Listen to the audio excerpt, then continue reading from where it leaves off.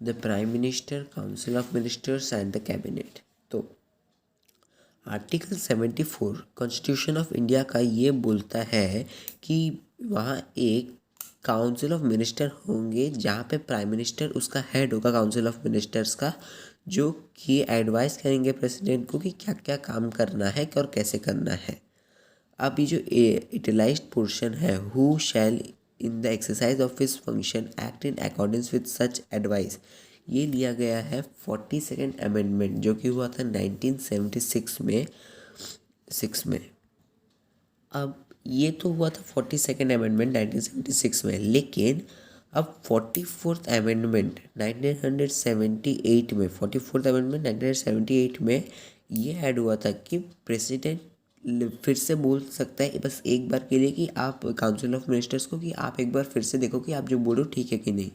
लेकिन सिर्फ एक बार, लेकिन अगर वो cabinet of council of ministers फिर से वही सेम एडवाइस भेज रहे हैं तब प्रेसिडेंट को मानना ही पड़ेगा। सारा एग्जीक्यूटिव पावर्स दिया गया है प्रेसिडेंट को, लेकिन वो सिर्फ नाम के लिए। असल में प्रेसिडेंट हमारा नॉमिनल हेड है स्टेट का, और उसका पावर असल में यूज़ किया जाता है काउंसिल ऑफ मिनिस्टर्स के द्वारा। तो इसलिए जो काउंसिल ऑफ मिनिस्टर है जिसको हेड करता है प्राइम मिनिस्टर, एक ये है सबसे powerful institution Indian body politic का। ठीक है, तो प्राइम मिनिस्टर अब बस काउंसिल ऑफ मिनिस्टर का ही हेड नहीं है, वो लीडर है, वो लीडर है अपनी पार्टी का, लीडर है अपनी लोकसभा का, लीडर है नेशन का, और काउंसिल ऑफ मिनिस्टर। टोटल 4 का लीडर हुआ। काउंसिल ऑफ मिनिस्टर का लीडर, पार्टी का लीडर, लोकसभा का लीडर और नेशन का लीडर।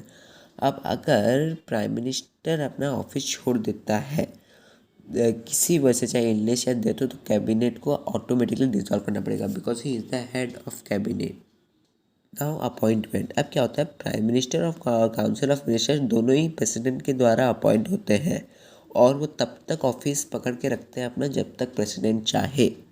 अब क्या होता है, ये भी बस एक फॉर्मल प्रपोजिशन ही है, क्योंकि प्रेसिडेंट भी फ्री नहीं है कि वो या तो प्राइम मिनिस्टर को अपॉइंट कर पाए या काउंसिल ऑफ मिनिस्टर्स को, क्योंकि जो पॉलिटिकल पार्टी जो एब्सोल्यूट मेजोरिटीज रखेगा लोकसभा में, उसके लीडर को बनाया जाता है प्राइम मिनिस्टर प्रेसिडेंट के द्वारा, और उसमें प्रेसिडेंट अपना बुद्धि नहीं लड़ा सकता। तो जो लोकसभा में जो पार्टी एब्सोल्यूट मेजोरिटी लाएगा उसके लीडर को बना दिया जाएगा प्राइम मिनिस्टर। अब प्राइम मिनिस्टर क्या करता है, वो एक लिस्ट बनाता है अपने साथ काम करने वालों का जो कि मेंबर ऑफ पार्लियामेंट है, जिनको वो बनाना चाहता है मिनिस्टर, और प्रेसिडेंट को उनको बनाना पड़ता है minister.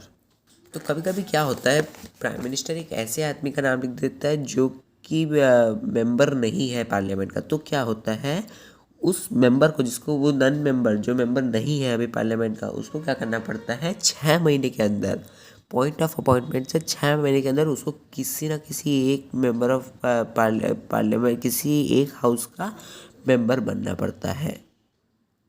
He must be elected to either of the houses of the parliament within 6 months from the date of appointment, या फिर उसको अपने पोस्ट से रिज़ाइन करना पड़ेगा एज ए मिनिस्टर के पोस्ट से। ठीक है, अब मैंने आपको बोला कि हम लोग प्रेसिडेंट प्राइम मिनिस्टर को नहीं चूज़ करता, जो रूलिंग पार्टी होता है, जो एब्सोल्यूट मेजोरिटी से जीतता है लोकसभा में, उसके लीडर को बनाते हैं।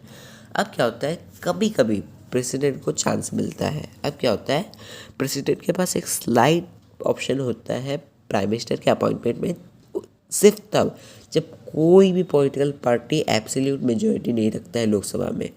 फिर भी उस सिचुएशन में प्रेसिडेंट को उसी आदमी को अपॉइंट करना होता है जो कि प्रूव कर सकता है अपने आप को कि उसके पास सपोर्ट है छोटी छोटी ग्रुप्स का, छोटी छोटी पार्टीज़ का, और उसका मेजॉरिटी है।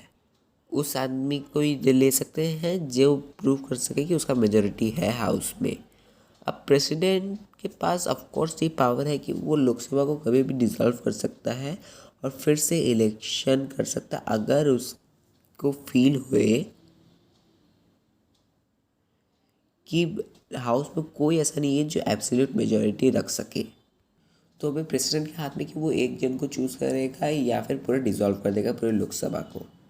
अब मिनिस्टर के चॉइस में भी ऐसी है, प्रेसिडेंट को बाउंड है कि वो जो मिनिस्टर जो लिस्ट बनाया है उसी में से उसको लेना है, सपोज ये करते हैं कि प्रेसिडेंट एक आदमी को चूज़ किया है मिनिस्टर बनने के लिए जो कि प्राइम मिनिस्टर को पसंद नहीं है। अब क्या होगा, ऐसा तो वो नहीं बनेगा, क्योंकि आप समझ लो एक प्रेसिडेंट एक आदमी को चूज़ किया लेकिन प्राइम मिनिस्टर को पसंद नहीं, तो प्राइम मिनिस्टर को तो उसी आदमी के साथ काम करना है, तो आगे चल के उन दोनों के बीच झगड़ा होगा क्योंकि प्राइम मिनिस्टर तो उसको नहीं पसंद करता। तो इसलिए इस बात का ध्यान रखा गया है कि जो भी मिनिस्टर होंगे सब प्राइम मिनिस्टर के पसंद के होंगे, because in such a case there is bound to be a deadlock in the working of the council of minister. The prime minister is thus given an absolute power in the formation and the composition of his council of ministers. He is the keystone of the cabinet arc. अब क्या है, ministers individually responsible होते हैं president को। इसका मतलब वो office तब तक होल्ड करता है जब तक प्रेसिडेंट उन पर खुश हो, और उनको डिसमिस किया जा सकता है प्राइम मिनिस्टर के एडवाइस में। समझे, प्राइम मिनिस्टर हेड है और अगर वो एडवाइस किया कि इस आदमी को निकालो तब उसको निकालना पड़ेगा। अब ये जो प्रिंसिपल है individual responsibility to the head of the state, ये एम्बॉयड होता है आर्टिकल 75(2) में। The minister shall hold office during the pleasure of the president. अब हालांकि council of minister collectively responsible होते हैं लेजिस्लेचर के लिए, लेकिन उनको इंडिविजुअली भी रिस्पॉन्सिबल होना पड़ेगा प्रेसिडेंट, और उनको अगर वो डिसमिस भी हुए तो उनको मानना पड़ेगा, चाहे हाउस में उनके पास कॉन्फिडेंस हो, लोग उनके सपोर्ट में हो, फिर भी अगर प्रेसिडेंट बोल जाए निकल जाने के लिए तो उनको डिसमिस होना पड़ेगा। लेकिन फिर भी क्योंकि प्राइम मिनिस्टर का एडवाइस मैटर में होगा, तो आप बोल सकते हो कि ये जो वो डिसमिस होगा वो होगा responsible to the prime minister. This power of the president will be virtually a power of prime minister against his colleagues. तो इसलिए एक मिनिस्टर को इंडिविजुअली बाहर निकलने का रिस्पॉन्सिबल होता है प्राइम मिनिस्टर। अब each prime minister is answerable to parliament for the department under his control. He must answer all questions of the MPs regarding the functioning of his department. Each minister is responsible for the personal lapses, breach of secrecy, and departure from official policy by him or his department. Suppose कोई MP पूछ लिया उससे कि आपका department ऐसा क्यों चल रहा है, तो उस मिनिस्टर को बोलना ही पड़ेगा, आंसर देना ही पड़ेगा उसके सारे क्वेश्चन का, जो भी उसके डिपार्टमेंट के फंक्शनिंग से रिलेटेड हो। सब मिनिस्टर रिस्पॉन्सिबल होते हैं खुद के लैप्सेस की वजह से, और ये 3 चीज़ों की वजह से।